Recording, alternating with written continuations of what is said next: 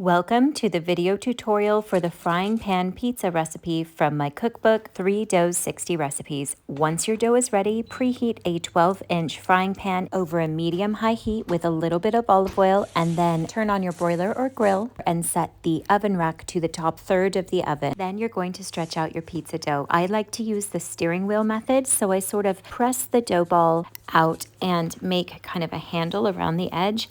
Then I pick that up and I stretch and turn, almost as if I was turning a steering wheel. This is a really easy way of stretching out pizza dough.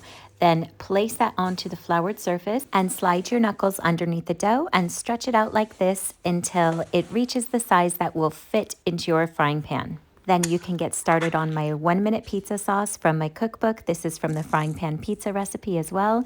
And you can mix that up super quickly. Once the frying pan is preheated, lay the dough inside of it, and then you can start loading your toppings on. Now this is just a margarita pizza, but you put whatever you want on yours. And the idea here is that the pizza is going to cook from the bottom in the frying pan and get nice and crispy while you load those toppings on.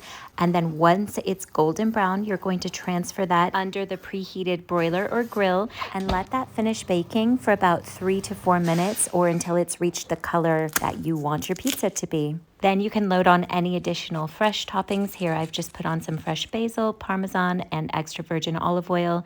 And this is just such a great way to cook your pizza at home, especially if you don't have a pizza oven. It always makes a really delicious pizza, and it's quick to make too.